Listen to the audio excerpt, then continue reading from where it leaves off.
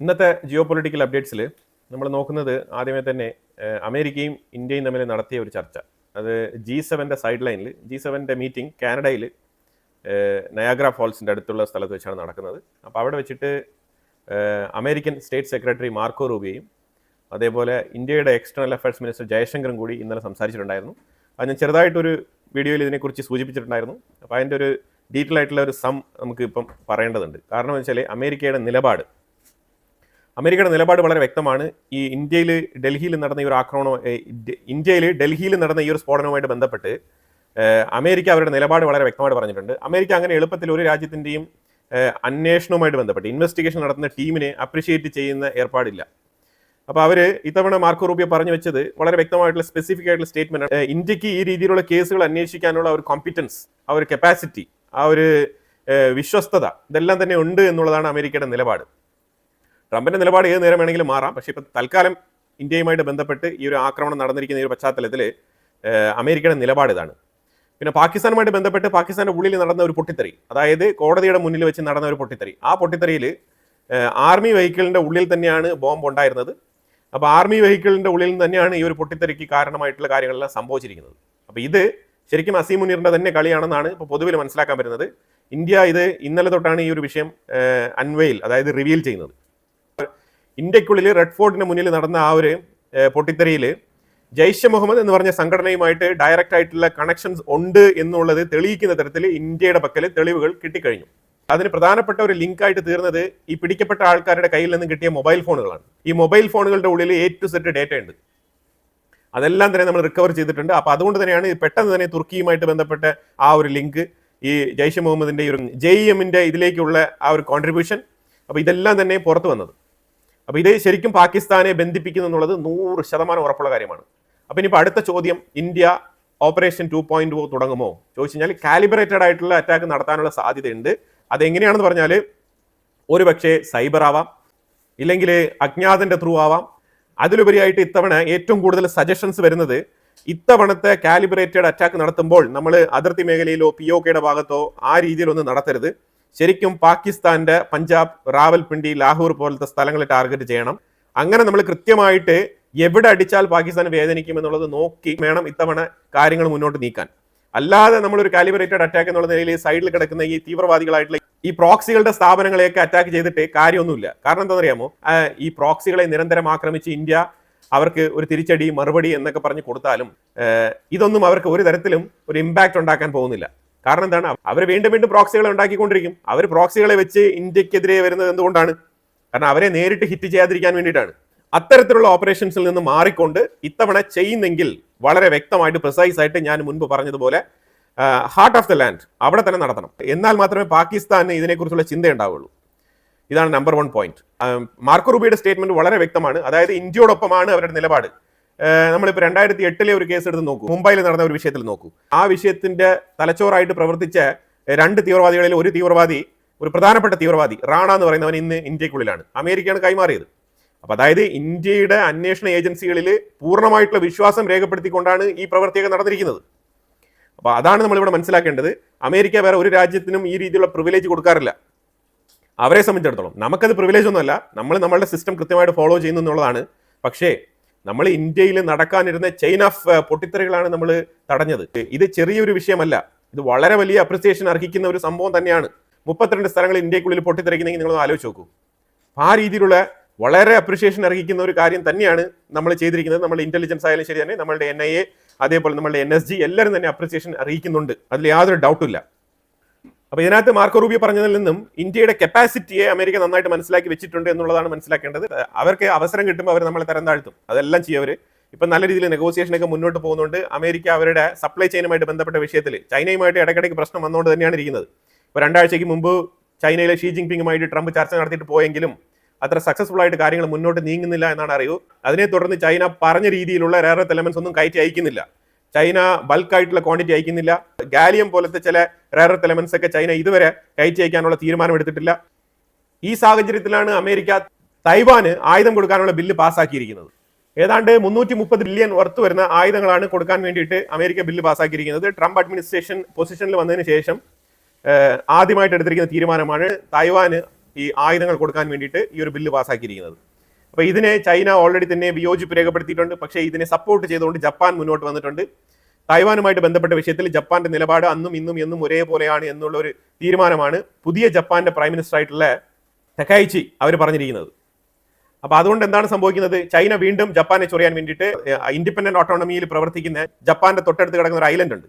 ആ ഐലൻഡുമായിട്ടാണ് എപ്പോഴും ചൈനയ്ക്ക് തർക്കമുണ്ടാകുന്നത്. അപ്പോൾ ആ ഐലൻഡിനെ ചുറ്റിപ്പറ്റി ഈ ഒരു വാർഷിപ്പുകളെ അയക്കുക, ഈ രീതിയിലുള്ള പ്രവർത്തികളിലേക്ക് ചൈന വീണ്ടും ഇറങ്ങി തിരിച്ചിട്ടുണ്ട്.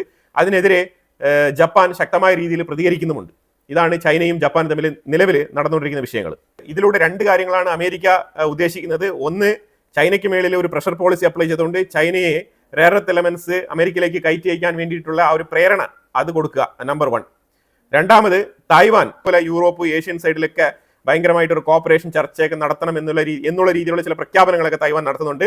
തായ്വാന്റെ സോവറിനിറ്റി എന്നൊക്കെ പറഞ്ഞുകൊണ്ട് റഷ്യയുമായിട്ടൊക്കെ ചർച്ച നടത്താൻ തായ്വാൻ തയ്യാറായ സാഹചര്യമാണ്. തായ്വാനെയും ഒന്ന് കൺട്രോളിൽ നിർത്തണം. അപ്പൊ ശരിക്കും ഏഷ്യൻ സൈഡിൽ ചൈനയെ സംബന്ധിച്ചിടത്തോളം അമേരിക്കയ്ക്ക് തായ്വാൻ ഒരു നിർണായക പോയിന്റാണ്. അപ്പൊ ആ ഒരു ഗെയിമിലേക്ക് തന്നെ അമേരിക്ക തിരിച്ച് മടങ്ങി വരുന്നതായിട്ടാണ് നമുക്ക് ഇപ്പോൾ കാണാൻ കഴിയുന്നത്.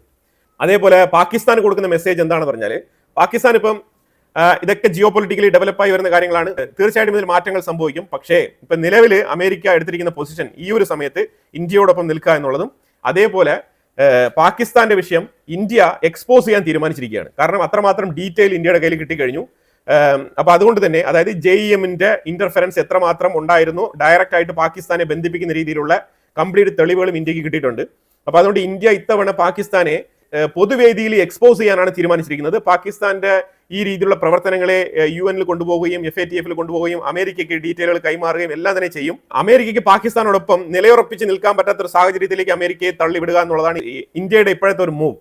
അപ്പൊ അതുകൊണ്ട് സംഭവിക്കാൻ പോകുന്നത്, ഇപ്പം ഇന്ത്യയും പാകിസ്ഥാനും തമ്മിൽ ഒരു ആക്രമണം സംഭവിക്കുമോ സംഭവിക്കില്ലയോ എന്നുള്ളതിനെ കുറിച്ച് യാതൊരു വിധത്തിലുള്ള കമന്റും അമേരിക്ക പാസ്സാക്കിയിട്ടില്ല.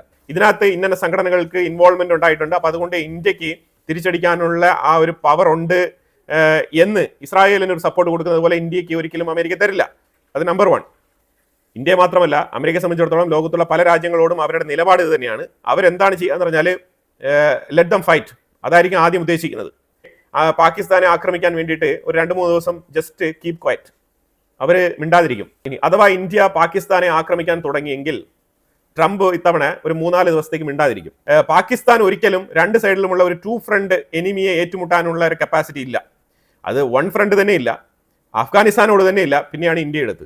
അപ്പോൾ അതുകൊണ്ട് ഇന്ത്യ ഇത്തവണ അഫ്ഗാനിസ്ഥാന്റെ സൈഡിൽ നിന്നും ഇന്ത്യയുടെ സൈഡിൽ നിന്നും തകൃതിയായിട്ടുള്ള ആക്രമണങ്ങളായിരിക്കും മുന്നോട്ട് കാഴ്ചവെക്കാൻ പോകുന്നത്. അപ്പൊ അങ്ങനെ ചെയ്യുകയാണെന്നുണ്ടെങ്കിൽ ട്രംപ് വെറുതെ നോക്കൂത്തിയായിട്ട് നിൽക്കും, 4-5 ദിവസം ഇങ്ങനെ തന്നെ നിൽക്കും. അത് കഴിഞ്ഞിട്ട് ഇടപെടും എന്ന് പറഞ്ഞാൽ രണ്ട് രാജ്യങ്ങളും സമാധാനത്തിൽ പോകണം എന്നൊക്കെ പറയും. ആ സമയം കൊണ്ട് ഇന്ത്യ ചെയ്യേണ്ട പണി ചെയ്ത് തീർക്കണം. പക്ഷെ ഇത്തവണ ഇന്ത്യ അഥവാ യുദ്ധത്തിലേക്ക് മുന്നോട്ട് പോകുന്നുവെങ്കിൽ നിർത്തില്ല, ഒരു പ്രത്യേക ഡ്യൂറേഷനിലേക്ക് ഇത് എസ്കലേറ്റ് ചെയ്ത് കൊണ്ടുപോകുമെന്നാണ് മനസ്സിലാക്കാൻ പറ്റുന്നത്. പാകിസ്ഥാനെ പൊതുവേദിയിൽ നാണം കെടുത്താൻ തന്നെയാണ് ഇന്ത്യ തീരുമാനിച്ചിരിക്കുന്നത്. അമേരിക്ക ഇത്തവണ ഇന്ത്യയോടൊപ്പം നിൽക്കാനുള്ള നിലപാടെടുത്തതും ഇന്ത്യയുടെ ഇൻവെസ്റ്റിഗേഷൻ ഏജൻസികളെ അവർ വിശ്വാസത്തിലെടുക്കാനും തുനിഞ്ഞത് എന്തുകൊണ്ടാണെന്ന് പറഞ്ഞാൽ, ഓപ്പറേഷൻ സിന്ദൂറുമായിട്ട് ബന്ധപ്പെട്ട് ട്രംപ് ഇടപെട്ടുകൊണ്ടാണ് ഇന്ത്യയുടെയും പാകിസ്ഥാനും ഇടയ്ക്ക് ഒരു സമാധാനം കൊണ്ടുവന്നത് എന്നുള്ള രീതിയിലുള്ള സ്റ്റേറ്റ്മെന്റ് ഉണ്ടായിരുന്നു. ആ സ്റ്റേറ്റ്മെന്റിനെ ഇന്ത്യ തുടർച്ചയായിട്ട് ഒപ്പോസ് ചെയ്തുകൊണ്ടിരിക്കുകയാണ് ചെയ്തത്. അന്ന് നമ്മൾ അങ്ങനെ ഒപ്പോസ് ചെയ്തതുകൊണ്ട് മാത്രമാണ് ഇന്ന് ഈ ഒരു ടൈമിൽ അമേരിക്ക മാറി നിൽക്കുന്നത്. അന്ന് നമ്മൾ അമേരിക്ക ഇടപെട്ടുകൊണ്ടാണ് ഇത് സംഭവിച്ചത് എന്ന് നമ്മൾ പറഞ്ഞിരുന്നെങ്കിൽ ഇപ്പം വീണ്ടും ഇതേപോലെ അമേരിക്ക കയറി ഇടപെടുമായിരുന്നു. അതുകൊണ്ടാണ് നമ്മൾ എടുക്കേണ്ട സമയങ്ങളിൽ എടുക്കേണ്ട തീരുമാനങ്ങൾ എടുത്തിരിക്കണം.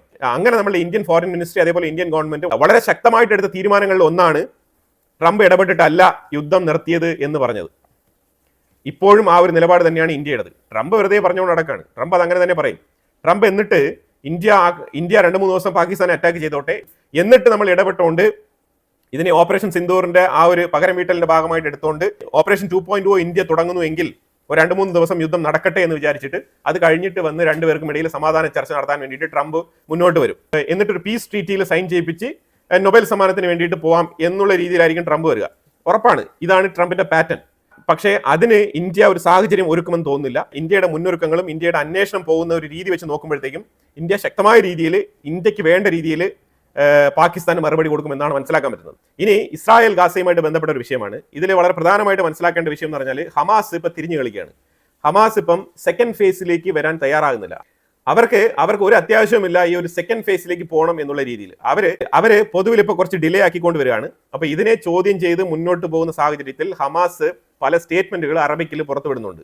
ആ സ്റ്റേറ്റ്മെന്റുകളിൽ ഒന്നാണ് ഫോറിൻ ബോഡി ഗാസയെ റൂൾ ചെയ്യേണ്ട. അതായത് അവർ ട്രംപിന്റെ ISF എന്ന് പറഞ്ഞ ഇന്റർനാഷണൽ സ്റ്റെബിലൈസേഷൻ ഫോഴ്സ് എന്ന് പറഞ്ഞ ആ ഫോഴ്സ് ഗാസയ്ക്കുള്ളിൽ വേണ്ട എന്നാണ് അവരുടെ തീരുമാനം.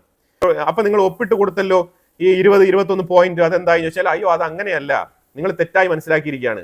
ഞങ്ങൾ ഒപ്പിട്ട് കൊടുത്തത് ഫേസ് 1. ഈ ഫേസ് 1 എന്ന് പറയുന്നത് വെടിനിർത്തൽ, അതോടൊപ്പം ഈ മൃതശരീരങ്ങൾ അഥവാ ഈ ഒരു ജീവനറ്റ ശരീരങ്ങൾ തിരിച്ചു കൊടുക്കുക. ഇതാണ് ഫേസ് 1. അത് നടന്നുകൊണ്ടിരിക്കുകയാണ്, സ്റ്റിൽ പ്രോഗ്രസിങ്. ആ ഒരു സമയത്ത് നമ്മൾ സെക്കൻഡ് ഫേസിലേക്ക് പോകേണ്ടതില്ല. അപ്പൊ അതുകൊണ്ട് ഇവരെന്താണ് ചെയ്യാന്ന് പറഞ്ഞാൽ ഇനി ഒരു 2-3 വർഷത്തേക്ക് ഈ ഒരു ബോഡി ഉണ്ടല്ലോ അതിങ്ങനെ വലിച്ചഴയ്ക്കും. അതാണ് ഇവരുടെ പ്ലാൻ. അപ്പൊ അതായത് പൂർണ്ണമായിട്ടും ഇവർ മടക്കി കൊടുക്കില്ല. അത് കൊടുക്കുന്ന പോയിന്റിലാണല്ലോ സെക്കൻഡ് ഫേസ് സ്റ്റാർട്ട് ചെയ്യേണ്ടത്. പിന്നെ വേണമെങ്കിൽ നമുക്ക് നെഗോഷിയേറ്റ് ചെയ്യാം. നിങ്ങൾ ഈ ഫോറിൻ ഫോഴ്സിനെ ഒന്നും ഇവിടെ കൊണ്ടുവരേണ്ടതില്ല. ഇവിടെ ഹമാസ് തന്നെയാണ് മുന്നോട്ട് നയിക്കാൻ പോകുന്നത്. പിന്നെ ഇപ്പൊ പുതുതായിട്ട് പറഞ്ഞിരിക്കുന്നത് വെച്ചാൽ ഞങ്ങൾ ഡിസാം ചെയ്യാൻ പോകുന്നില്ല, നമുക്ക് ആയുധം വെപ്പൺ ലേ ഡൗൺ ചെയ്തിട്ട് ഞങ്ങൾക്ക് ഒന്നും തന്നെ നേടാനില്ല, അതുപോലെ ഫോറിൻ ഇന്റർഫിയറൻസ് ഞങ്ങൾക്ക് പാടില്ല. അതായത് പാലസ്തീനികളല്ലാത്ത നോൺ പാലസ്തീനിയൻ ഫോഴ്സ് ഗാസയ്ക്കുള്ളിൽ വേണ്ട എന്നാണ് അവരുടെ തീരുമാനം. ഇതെല്ലാം തന്നെ ട്രംപ് പ്രപ്പോസ് ചെയ്ത ആ ഒരു പോയിന്റിന് എതിരാണ്. അപ്പൊ ഇതിപ്പോ എത്തി നിൽക്കുന്നത് എവിടെയാണ്? ഈ കുറെ അറബ് രാജ്യങ്ങൾ ചേർന്നുകൊണ്ട് പോയി ഭയങ്കരമായിട്ട് 20-21 പോയിന്റ്സ് ഒക്കെ എഴുതി ഫേസ് 1 ഒക്കെ ഒപ്പുവെച്ച് ഇപ്പം നടത്തിയ ആ ഒരു വിഷയം വീണ്ടും ഗുലുമാലായിരിക്കുകയാണ്. ഇസ്രായേൽ വൈകാതെ തന്നെ ഗാസയിൽ വീണ്ടും ആക്രമണം തുടങ്ങുമെന്നാണ് മനസ്സിലാക്കാൻ പറ്റുന്നത്. കാരണം ആ രീതിയിലാണ് ഹമാസിന്റെ സ്റ്റേറ്റ്മെന്റുകൾ പുറത്തു വരുന്നത്. ഹമാസിന് വേണ്ടിയിരുന്നത് എന്താണ്? ഹമാസിന് വേണ്ടിയിരുന്നത് ഇസ്രായേലിന്റെ ഒരു എയർ സ്ട്രൈക്ക് ഉണ്ടല്ലോ, അത് നിർത്തണം. അത് നിർത്തി. അപ്പൊ അതോട് തന്നെ അവർക്ക് സമാധാനമായി. ഇനി അവർ ഈ ബിൽഡിംഗ് റബിൾസും കാര്യങ്ങളൊക്കെ മാറ്റിയിട്ട് കുറെ നാൾ ടെന്റ് ഒക്കെ അടിച്ച് താമസിക്കും. പിന്നെ കുറച്ച് സ്റ്റേബിൾ ആയിട്ടുള്ള ഒരു അവസ്ഥ വന്നു കഴിഞ്ഞാൽ വീണ്ടും കൺസ്ട്രക്ഷൻ സ്റ്റാർട്ട് ചെയ്യും. അപ്പോൾ വീണ്ടും കൺസ്ട്രക്ഷൻ സ്റ്റാർട്ട് ചെയ്യുമ്പോഴത്തേക്കും അവർക്ക് ഫണ്ട് കിട്ടി തുടങ്ങും. അത് തീർച്ചയായിട്ടും ഇതേപോലത്തെ ഇവരുടെ രാജ്യങ്ങളുണ്ടല്ലോ, തുർക്കി ഉൾപ്പെടെയുള്ള, തുർക്കി ഖത്തർ പോലത്തെ രാജ്യങ്ങളൊക്കെ ഉണ്ട്, അവരൊക്കെ സപ്പോർട്ട് ചെയ്യും. പിന്നെ ഇൻഡയറക്റ്റ് ആയിട്ട് സപ്പോർട്ട് ചെയ്യുന്ന കുറെ രാജ്യങ്ങളുമുണ്ട്. അപ്പോൾ അവരുടെ ഫണ്ടൊക്കെ കിട്ടും. അതുകൊണ്ട് അവർ വീണ്ടും വീടുകളൊക്കെ പണിത് സുഖമായിട്ട് താമസം തുടങ്ങും. ഇതേപോലെ ഒരു ഒക്ടോബർ 7 വീണ്ടും റിപ്പീറ്റ് ചെയ്യും എന്നാണ് ഇസ്രായേൽ കരുതുന്നത്. അപ്പൊ ഇത് ശരിക്കും വളരെ ഡീറ്റെയിൽ ആയിട്ടുള്ള ഒരു റിപ്പോർട്ടായിട്ട് തന്നെ ഇസ്രായേൽ ഡിസ്കസ് ചെയ്യുന്നുണ്ട്. തീർച്ചയായിട്ടും പഴയതുപോലെ ഹമാസിനെ വെറുതെ വിടാൻ ഇസ്രായേൽ തീരുമാനിച്ചിട്ടില്ല. അപ്പൊ ഈ ഒരു വിഷയം ഇപ്പം ട്രംപിന്റെ ഓഫീസ് വൈറ്റ് ഹൗസുമായിട്ട് ഡിസ്കസ് ചെയ്തുകൊണ്ടിരിക്കുകയാണ്. എന്താണ് ഫർദർ ആയിട്ട് ഡിസിഷൻ എടുക്കേണ്ടത് എന്നതിനെ കുറിച്ചുള്ള തീവ്രമായ ചർച്ചകൾ നടക്കുകയാണ്.